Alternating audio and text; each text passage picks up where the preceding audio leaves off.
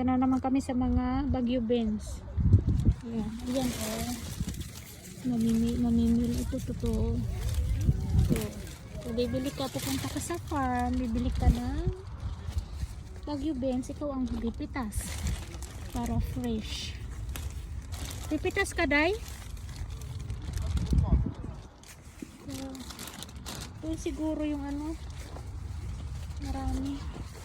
Hi, baby! What happened to you, baby? Bon courage, baby! Ça va?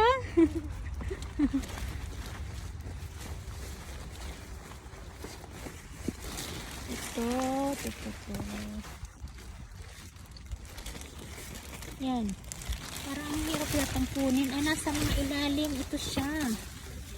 Sa mga ilalim yung bunga. Hindi kasi makita kasi pareho siya ng kulay ng tangkay. Ay, matigas siguro yan.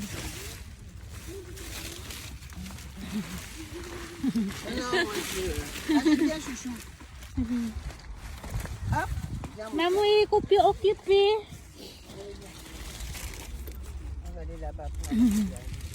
Yan, marami siya. Nakukuha na ako.